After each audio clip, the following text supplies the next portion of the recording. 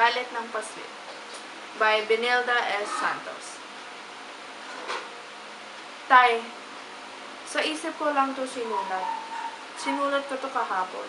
Pero, isusulat ko uli ngayon kasi talagang nahihirapan na ako. Mula nung mamatay ka, nang lumubog yung barko ng sinakyan mo, at si nanay sumama sa tricycle driver dyan sa kanto, naiwan ako kay Tiyo. Di niya ako pinapapasok sa school. Sa bahay na lang daw. Kaya pala, dadalhin niya yung mga kaibigan niya rito. Sa gabi, alam mo, maingay sila at lasing. Sabi nila, nung isang gabi, "Ba, pwede na tong halaga mo, Lazaro." Tinignan nila ako, tay. Sabi, "Laro lang ha.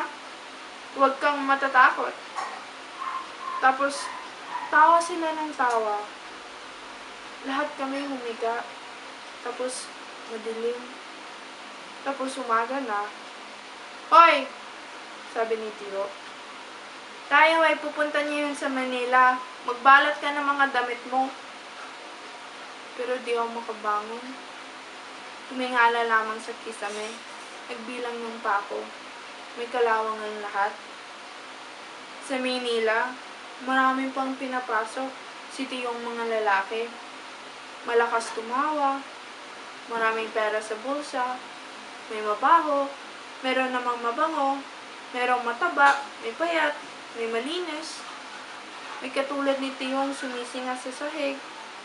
Lalo nang dumalas ang pagtingala ko sa kisame. Naging isang salamin. Kita ko dun ang lahat ng ginagawa namin sa sahig. Tay, magsusumbong na ako talaga. Kasi 2 taon na at saka lumalaki ang salamin. Dumaraming nakikita. Tsaka di na ako makabangon. Mabigat na yung puso ko, itay. Pabigat ng pabigat, tay. Parang buong Maynila. Alam mo?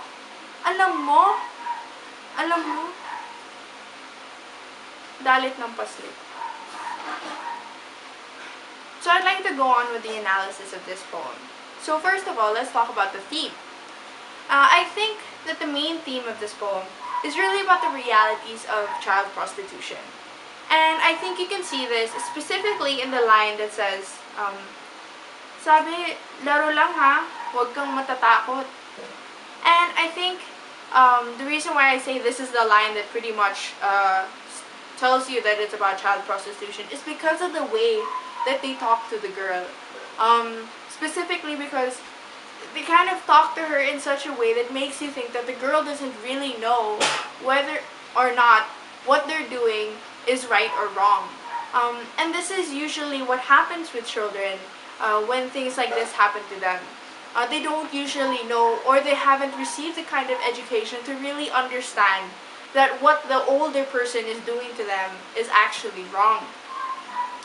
And I think it's there that from there you can continue to see that it's really about prostitution, because it talks about how they lie down at night and how she just stares at the ceiling, meaning she's just lying down.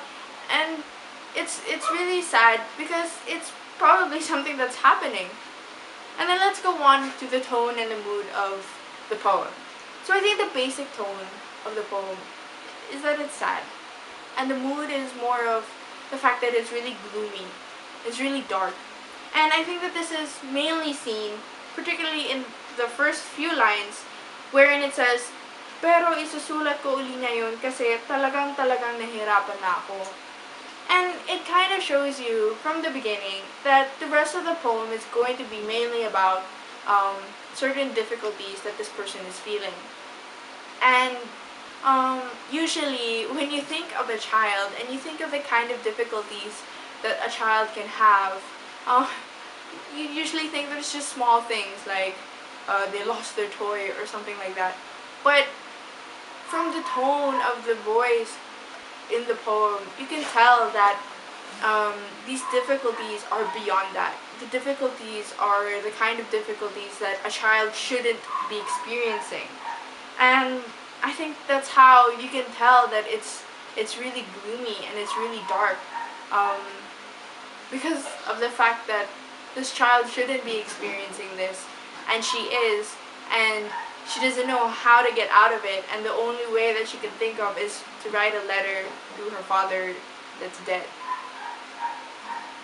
So let's look at some of the literary devices that were used in this poem, particularly two. The first literary device that I found that I'd like to discuss is a metaphor, where it says, pero di ako makabangon.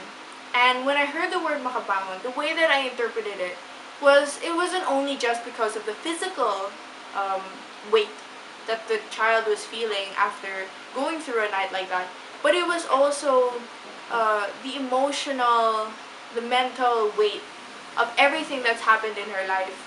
So when she says, di ako makabangon, it's not only, standing up from where she's lying, but it's also standing up in life. It's also standing up in terms of knowing what to do and how to get out of a situation like that.